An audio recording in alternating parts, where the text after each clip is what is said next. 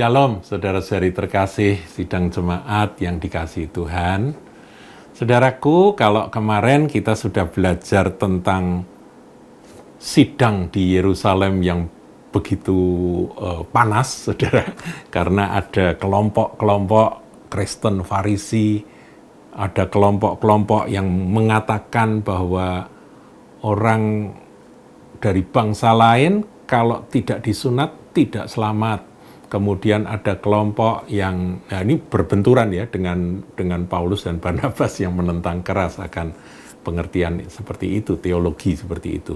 Kemudian ada kelompok lain yang mengatakan harus dengan tekun dan dengan sungguh-sungguh dengan ketat menjalankan akan Taurat Musa. Nah, ini Tauratnya masih di bawah-bawah. Padahal Tuhan Yesus itu adalah kegenapan dari Taurat, hukum Taurat, yang digenapi oleh Tuhan Yesus, karena tidak ada seorang pun yang bisa melakukan hukum Taurat dengan sempurna, hanya Yesus. Sudah digenapi oleh Yesus, dan dia menggenapi bayang-bayang di perjanjian lama tentang korban. Dia menyerahkan dirinya sebagai korban tebusan. Nah, ini membalik pikiran keyahudian orang-orang Israel ini tidak gampang, saudaraku. Sudah percaya Yesus, tapi juga masih masih menganggap bahwa aturan-aturan hukum Taurat Musa itu sangat penting. Padahal Taurat Musa pun ditafsirkan oleh para rabi-rabi mereka dengan cara mereka masing-masing, dan tafsirannya aneh-aneh, saudaraku. Dan itu oleh Petrus dikatakan itu sebuah kuk yang tidak dapat ditanggung oleh nenek moyang kita maupun oleh kita. Jadi Petrus pun ngaku kita ini orang Yahudi, tapi kan kita nggak bisa memenuhi hukum Taurat itu. Ya sebetulnya di situ ada Rasul Paulus, saudaraku ya, yang pada waktu itu masih, ya taruh kata masih junior gitu, saudara, jadi belum banyak bicara. Paulus itu kan orang Farisi yang sangat ketat di dalam menjalani aturan hukum Taurat, tapi dia gagal. Dia bilang kalau aku pengen berbuat yang baik, yang benar, tapi justru yang jahat itu keluar. Karena urusannya kan urusan hati yang butuh anugerah. Nah, Petrus, kemarin sudah saya bahas bahwa Petrus kemudian berbicara ayat 11, sebaliknya kita percaya bahwa oleh kasih karunia Tuhan Yesus Kristus, kita beroleh keselamatan sama seperti mereka juga. Jadi sudah semua. Kemudian bangkitlah adik dari Tuhan Yesus, adik ya, half brother ya, satu ibu ya, dari Tuhan Yesus, yaitu Yakobus. Ketika Yakobus berbicara, ya sudah saya jelaskan, semua orang mendengar, karena Yakobus dikenal sebagai Rasul Kristus yang sangat Yahudi, begitu saudaraku ya. Nah, ketika Yakobus berbicara, semua mendengar, dari kalangan manapun, semua yang pada waktu itu berbantah-bantah, ya, masing-masing punya kelompok masing-masing, itu akhirnya semua mendengarkan Yakobus berbicara. Saya akan masuk di ayat 15. Ayat 14 dulu, saudaraku ya, saya ulang sedikit. Simon telah menceritakan bahwa sejak semula Allah menunjukkan rahmat-Nya kepada bangsa-bangsa lain. Jadi Yakobus bicara, jangan Yahudi, jangan hanya Yahudi, jangan hanya kita, jangan hanya yang Ibrani-Ibrani, enggak. Itu bangsa-bangsa lain. Ya, Tuhan itu punya jangkauan sampai kepada mereka. Yaitu dengan memilih suatu umat di antara mereka bagi namanya. Umat yang baru, bukan Yahudi ini, bukan Yahudi secara daging ini, tetapi satu umat yang di dalam Kristus, yang percaya pada Yesus, dan itu kelompok inilah, umat inilah yang kita kemudian kenal sebagai gereja Tuhan, ini yang menjadi milik kepunyaan Dia. Dan itu terus Tuhan sedang membangun sampai hari ini, saudaraku. Termasuk orang Yahudi, bangsa Israel yang punya darah keturunan Abraham beneran ya, itu pun mereka kalau percaya Yesus masuk kelompok ini. Ya. Jadi bukan orang luar masuk Yahudi, masuk menjadi Israel secara apa itu daging. Enggak, aturan-aturan enggak, dibalik. Semua harus masuk ke gereja Tuhan. Itu titik awalnya dari kisah 15 ini, sidang di Yerusalem. Ini pembalikan yang luar biasa, saudaraku. Karena paradigma mereka semua keselamatan itu eksklusif untuk kami. Kalau kamu mau selamat, kamu masuk golongan kami. Begitu pikiran mereka. Nah, ini yang dibalik. Oleh siapa? Oleh Petrus, oleh Paulus dan Barnabas, dan juga oleh Yakobus, saudaraku. Yakobus pakai Tuhan. 15, hal itu sesuai dengan ucapan-ucapan para nabi seperti yang tertulis. Nah, ini aneh, saudara.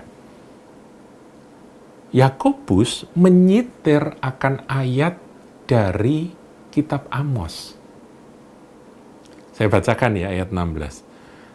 Kemudian aku akan kembali dan membangunkan kembali pondok Daud yang telah roboh. Dan reruntuhannya akan kubangun kembali dan akan kuteguhkan. Kemudian ayat 17, supaya semua orang lain mencari Tuhan, dan segala bangsa yang tidak mengenal Allah yang kusebut milikku, yang tadinya nggak kenal, bangsa asing, bangsa non-Yahudi, kusebut milikku, demikianlah firman Tuhan yang melakukan semuanya. Nah, kalau hanya ayat 17 ini ya, nanti saudara bisa bandingkan di dalam Amos pasal yang ke-9 ayat 11 dan 12. Itu memang bangsa-bangsa lain yang kusebut milikku itu ada di ayat yang ke-12. Ayat 11 itu bicara tentang pembangunan kembali pondok Daud. Kenapa dikaitkan? Pondok Daud kok kemudian bangsa-bangsa lain yang menjadi milik kepunyaan Allah. Aneh kan? Apa hubungannya kok nggak nyambung gitu ya?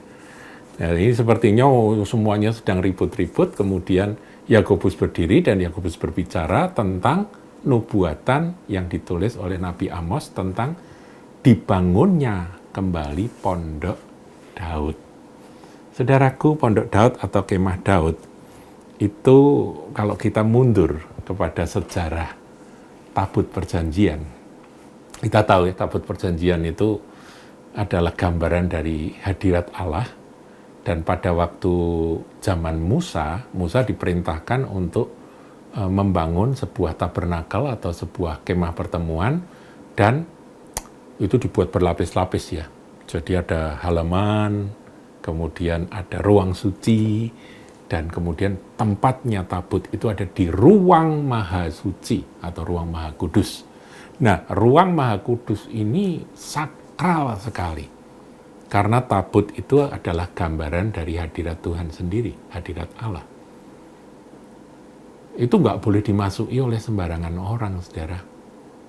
Imam besar aja hanya setahun sekali pada hari raya Grafirat. Dan itu pun harus melalui akan prosesi yang panjang. Hari raya Grafirat, tanggal 10 bulan 7, imam besar hanya satu orang, itu pun harus membawa darah lembu jantan, membawa ukupan dan membubuhkan akan ini kemenyan itu di api ukupan itu sehingga asapnya itu betul-betul penuh, baru masuk ke balik tirai. Makanya ada lagu di balik tirai aku datang ya. Jadi kita ini masuk ke balik tirai. Tapi yang boleh masuk hanya imam besar loh, saudara, di perjanjian lama di zaman Musa. Tapi kemudian terjadi, saudaraku ya, ketika kemah pertemuan itu pada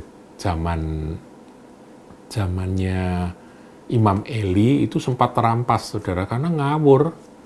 Ya, dua anaknya Imam Eli itu ya, Hofni dan Pinehas itu pikir perang, caranya menang, Allah kita angkut gitu ya.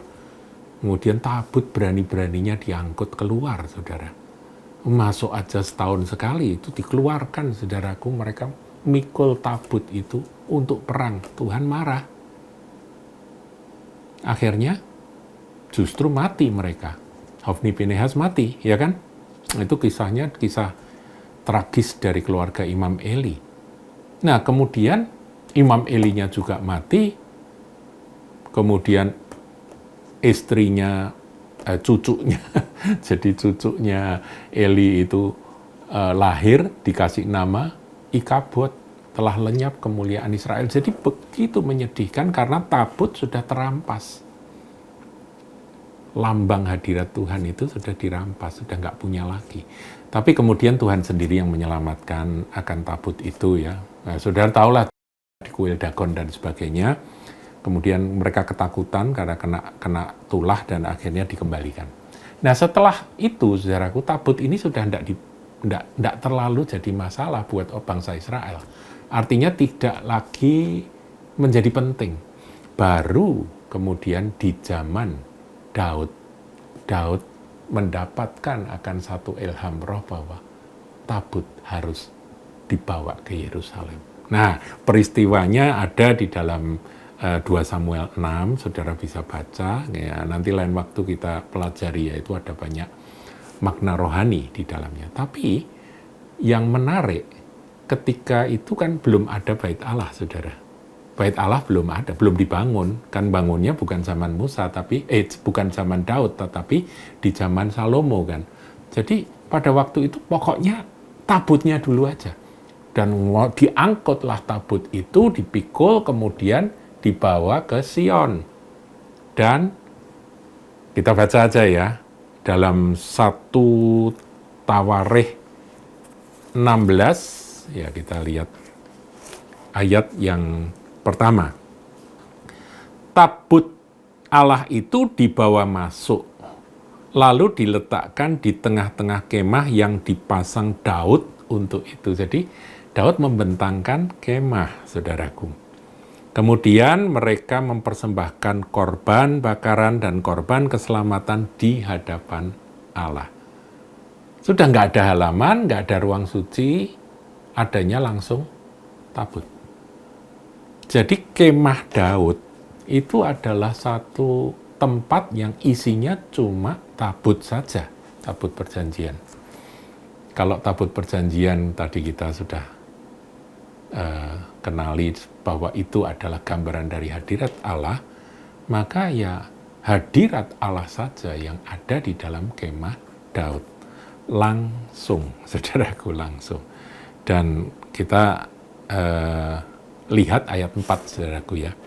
Juga diangkatnya dari orang Lewi itu beberapa orang sebagai pelayan di hadapan tabut Tuhan. Jadi pelayannya itu melayani di hadapan tabut Tuhan. Padahal di zaman Musa, menurut hukum Taurat, itu yang melayani di hadapan tabut itu cuma imam besar, itu pun setahun sekali pada hari raya Grafirat atau hari raya pendamaian. Yang tadi sudah saya sebutkan bulan ke-7 tanggal 10 itu, saudara.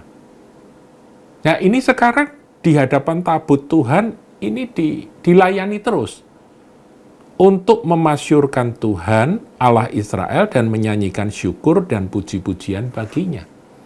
Jadi langsung menghadap Allah, tidak pakai aturan basuh tangan lah, korban bakaran dulu, kemudian baru ada ruang suci, enggak. Langsung, saudaraku. Jadi, nggak ada tirai, saudaraku, tirai penutup. Bahkan ada teman saya, hamba Tuhan, berkata, itu tabut Allah itu kanginan itu. Karena bisa diintip, bisa dilihat gitu.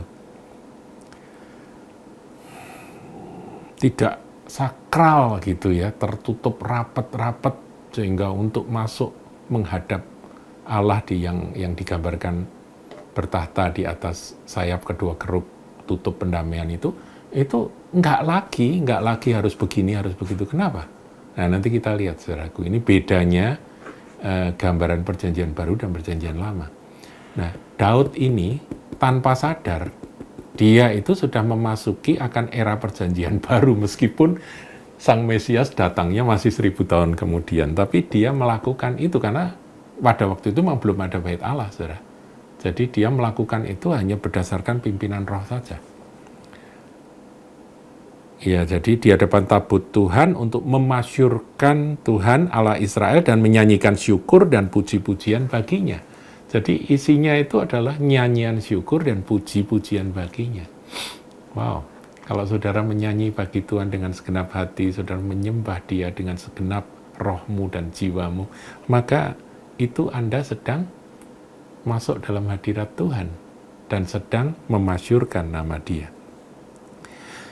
Kepala ialah Asaf dan sebagai orang kedua adalah Sakaria, lalu Yeiel, Semiramot, Yehiel, Matika, Eliab, Benaya, Obed-Edom. Obed-Edom ikut saudaraku ya, yang rumahnya pernah dipakai sebagai tempat menyimpan tabut itu ketika Daud pertama kali gagal ya. Daud pertama kali gagal karena salah, kemudian ada yang mati ya kan. Ada yang meninggal pada waktu pengangkutan yang pertama.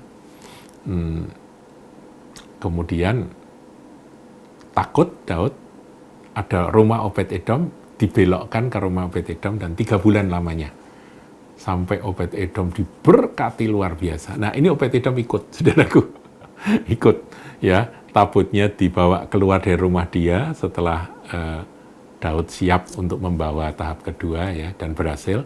Dia ikut. Dan dia ikut menjadi salah satu pemuji penyembah. Dan Yeiel yang harus memainkan gambus dan kecapi, saudara yang bisa main gitar, bisa main alat musik, saudara diberkati untuk jadi orang-orang yang bisa melayani Tuhan di Pondok Daud. Sedangkan Asaf harus memainkan ceracap, cereng begitu saudaraku ya. Dan Benaya serta Yesiel imam-imam itu selalu harus meniup nafiri di hadapan tabut perjanjian Allah itu. Terus loh saudaraku, ada pelayanan pujian penyembahan. Ada banyak penafsir mengatakan itu 24 jam sehari itu mereka shift ya, bergantian. Ayat 7. Kemudian pada hari itu juga maka Daud untuk pertama kali menyuruh Asaf dan saudara-saudara sepuaknya menyanyikan syukur bagi Tuhan. Saudara bisa baca sendiri. Panjang itu. Diurapi Roh Kudus. Saudara, apa maksudnya?